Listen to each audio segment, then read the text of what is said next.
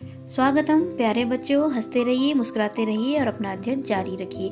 आज हम पढ़ने जा रहे हैं आपकी संस्कृत विनोदनी का पाठ न मम अधिकारः, जिसमें कि चाणक्य जो कि महान राजनीतिज्ञ थे उनके जीवन के बारे में बताया गया है। इससे पूर्व हम जानेंगे चाणक्य के बारे में। इनके जन्म के संबंध में कोई स्पष्ट प्रमाण तो नहीं है, लेकिन बौद्ध धर्म के अनुसार इनका जन्म 350 ईसा पूर्व तक्षशिला में हुआ था। मगध का राजा धनानंद जो कि एक निरंकुश राजा था, एक बार वह कौटिल्य का अपमान कर देते हैं। तब कौटिल्य अपने अपमान से दुखी होकर यह प्रण लेते हैं कि वह नंद वंश का खात्मा कर देंगे।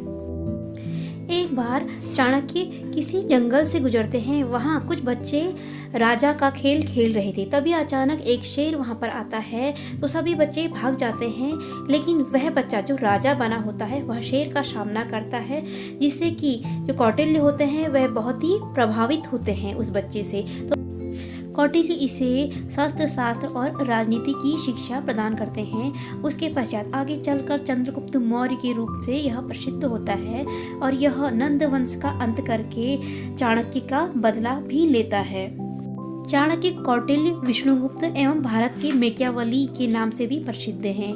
यह एक कुशल राजनीतिज्ञ तो थे ही, लेकिन एक उदार हृदय भी थे। इनकी उदार हृदय की घटना का ही वर्णन आपके इस पाठ में हमें देखने को मिलता है। आइए पढ़ते हैं। नमम अधिकारः। चंद्रगुप्तः मगध देशस्य नृपः आसीत्।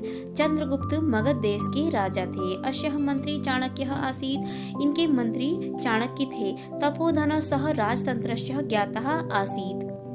वह तपस्वी राजनीति का ज्ञाता था। सह एकस्मिन् उटजे निवसति स्म। वह एक उटजे कहने का अर्थ है कुटिया। वह एक कुटिया में निवास कर रहा था। सह वैराग्य भावनाया पूर्णः आसीत्। वह वैराग्य की भावना से पूर्ण था। नृपः एकवारं चाणक्यः कंबलानि दत्तवानः। राजा ने एक बार चाणक्य को कंबल दिए। तानि कंबलानि निर्धनेभ्यः दातुं नृपं सूचितवानः। उन कंबलों को निर्धनों को देने के लिए राजा ने सूचित किया।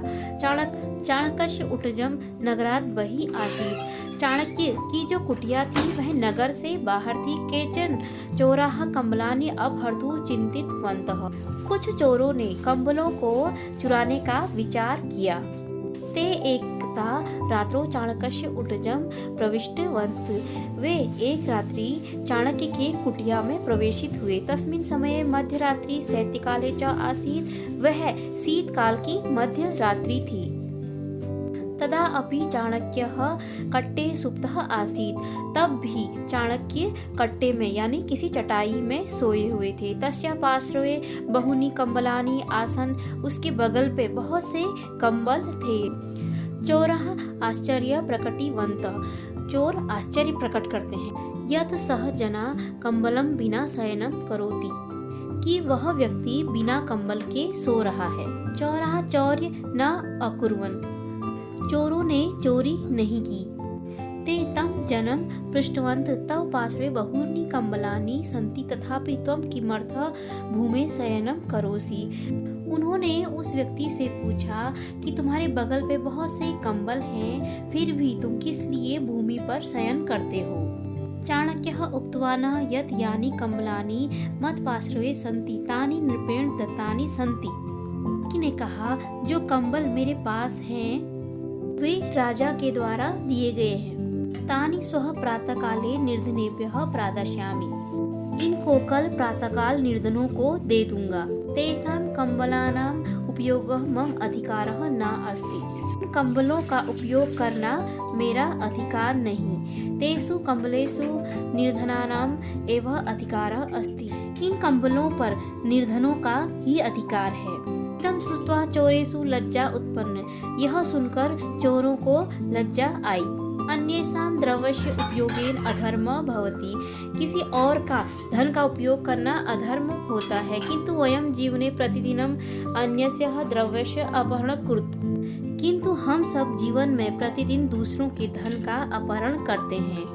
अधर्मस्य आचरणं कुर्मः और अधर्म का आचरण करते हैं। एतेन पापस्य संग्रहणं भवति इति चिन्तयित्वा इससे पाप का संचय होता है, ऐसा सोच सोचकर उन्होंने चाणक्यः क्षमां प्रार्थितवन्त प्रतिज्ञा च कृतवन्त।